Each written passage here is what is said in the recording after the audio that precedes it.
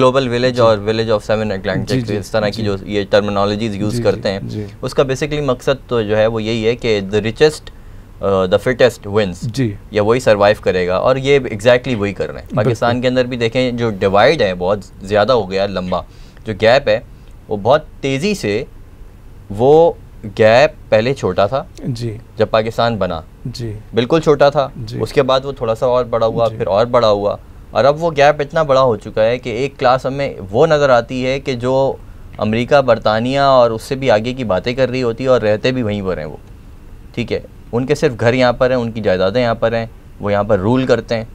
लेकिन एक वो तबका हमें नज़र आ रहा है कि जो गुरबत की लकीर से नीचे वाली जो चीज़ है वो भी पुरानी हो गई।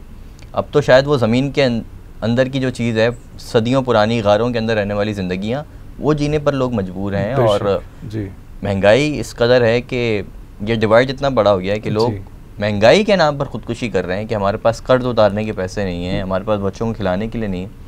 तो ये जो इतना बड़ा स्पेस बीच में आ गया, जो गैप बीच में आ गया, जो खला बीच में आ गया जी, तो इसकी वजह भी यही है ना। बिल्कुल यही है, बिल्कुल। और इसका जहाँ तक हल मुझे नज़र आता है वो ये आता है कि, और जो ज़िम्मेदारी मुझे नज़र आती है वो ये नज़र आती है कि सबसे पहले जिन लोगों ने ये फार्मूला चलने दिया यहाँ पर, उस मुल्क के अंदर, कि जो इस्लाम के नाम पर बना था, उस मुल्क के अंदर ये फार्मूला चलने दिया सबसे पहले तो वो उलमा है जी।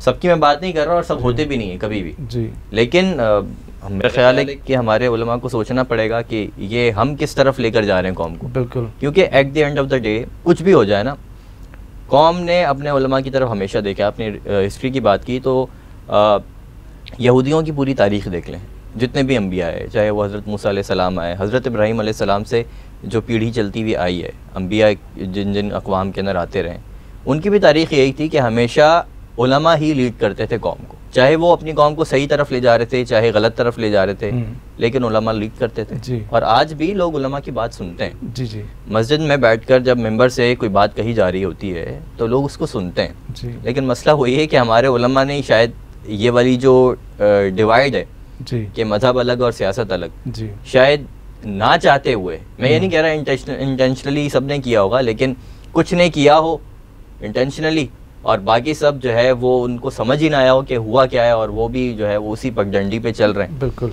मुझे ऐसा नज़र आता है। आप क्या समझते हैं? नहीं, देखिए इसमें आई मीन वेरिएशन है, आई मीन बहुत सारी चीज़ें हैं जिसको देखना पड़ता है।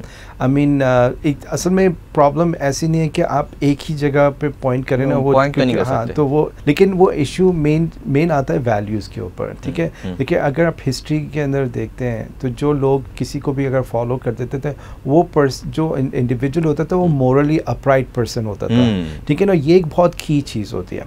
अब जिस टाइम में हम रह रहे हैं, ऐसी बात नहीं है कि यहाँ पे मोरली अपराइट पीपल नहीं है, लेकिन जो मोरली अपराइट पीपल हैं वो आपस में यूनाइटेड नहीं दिखाई देते हैं, लेकिन जो उनका जो ऑपोजिट है वो यूनाइटेड है, वो यूनाइटेड है और वो बिल्कुल फुल स्ट्रेंथ के साथ उनको, जब उनको कोई एक बंदा भी नज़र आ जाता है ना, फुल फोर्स के साथ उसको अटैक किया जाता है, ठीक है ना। तो ये एक चीज़ है जिसमें हम जो है ना, इसमें थोड़ा सा आई थिंक हमें सोचना चाहिए कि at the end of the day result क्या आएगा। आई मीन क्या हम अपने रब के सामने जवाबदेह हो पाएंगे कि भाई हमारे सामने ये चीज़ हुई थी तो हमने हक़ का साथ दिया या नहीं दिया।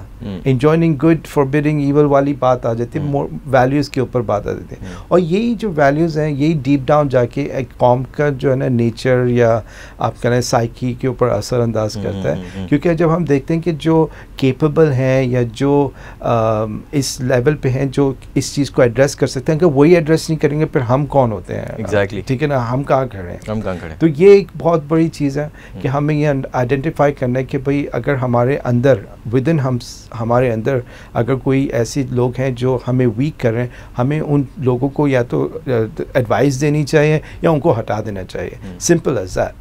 तो उसी से होगा कि आपका जो वीकेस्ट लिंक्स हैं वो ख़त्म होते जाएंगे, फिर आप स्ट्रॉन्ग होते जाएंगे। लेकिन जब आपके अंदर ही वीक लिंक्स होंगे तो आप कभी स्ट्रॉन्ग नहीं हो पाएंगे। दुश्मन को भी मौका मिलेगा ना बिल्कुल खेलने का, बिल्कुल, कि वो उन्हीं के ऊपर रख के खेलेगा और उनको रिप्रेजेंटेटिव बना के पेश करेगा। ये देखो ये है तो ठेकेदार हैं और ये देखो इनका हाल क्या है। बिल्कुल, ये वाली चीज़ होती है जो हमारे यहाँ आम जबान यूज़ होती है, वो ये होती है कि देखो ये तो दीन के ठेकेदार बने हुए, और हालांकि ये ज़बान बहुत गलत है, बिल्कुल, और बहुत बड़े ब्लेम्स हैं ये उन लोगों के लिए कि जिनके बारे में हम अकीदा ये रखते हैं, जिनके बारे में इस्लाम भी हमें कहता है कि उनकी तौहीन किसी भी सतह पे आप नहीं कर सकते, उनके बारे में बहुत गलत अल्फाज लोग बोल जाते हैं जी।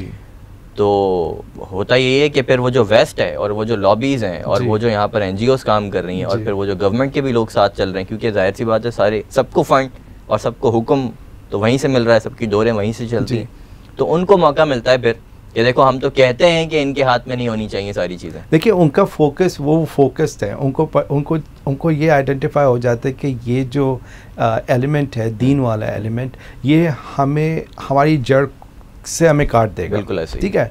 तो उनको अपने थ्रेट का बिल्कुल क्लियरली पता है, काटता रहा भी है जी। तो उनको अंदाज़ा है कि इसकी स्ट्रेंथ क्या है, ठीक है ना, और उनको पता है कि वो इसको वो नहीं कर सकते, इसको छोड़ नहीं सकते। आई मीन उनको उसको टारगेट करना जो है ना बेसिकली निप द बड वाली बात है कि उन्होंने जैसे ही जहाँ पे भी उन्होंने कहा कि हमें ये वाला जरासीम दिखाई देना, हमने जो ना उसको अटैक कर, बिल्कुल एग्जैक्टली। तो वो उनको पता है।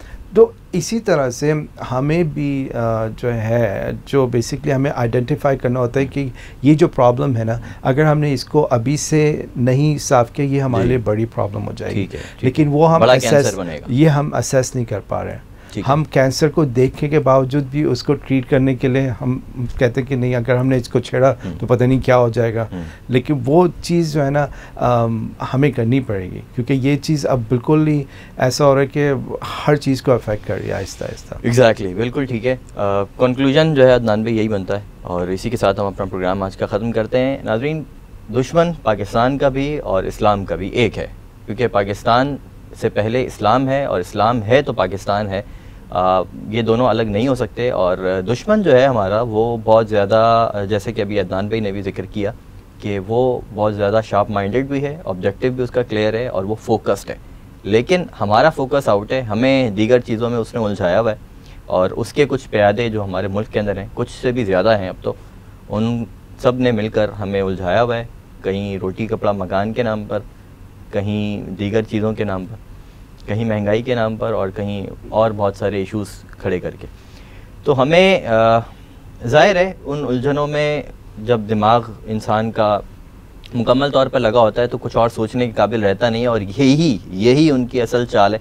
तो इससे बचकर अपनी औलाद की तरबियत, अपनी आने वाली नस्ल की तरबियत कैसे करनी है, उनको कैसे तैयार करना है, इन हालात के साथ साथ इन हालात का मुकाबला करते करते दुश्मन के इरादों को देखना, जानना, समझना, भांपना और उसका मुकाबला करना, तो ये तैयारी ही असल चीज़ है। सिर्फ ये सोचें आप कि हम तो इस हाल में हैं, हम तो कुछ भी नहीं कर सकते, तो ये वो जवाब नहीं हो सकता कि जिसकी वजह से अल्लाह ताला रोज़े क़यामत आपको, हमें, हम सबको बरी कर देगा। ऐसा नहीं होगा। उस जवाब के बारे में सोचें कि क्या जवाब वो होगा जो आपने देना है उसकी बारगाह में, कि हालात जो भी थे आपने क्या किया, आपने हक़ का साथ दिया या नहीं दिया। यही हमारा आज का सवाल है और यही हमारा आज का टॉपिक है। कॉफ़ी से स्टार्ट करने का मकसद ये था कि सारी बात आपको दूसरे तरीके से समझाई जाए, थोड़ी सी तफरी वाले अंदाज में आपको समझाई जाए, लेकिन बात बहुत सीरियस है, बहुत ज़्यादा सीरियस होकर इसको समझने की ज़रूरत है। अपना ख्याल रखिएगा। This is Mohammad Saad Aslam signing off. आपसे होती है जल्द मुलाकात इंशाअल्लाह। अल्लाह हाफ़िज़।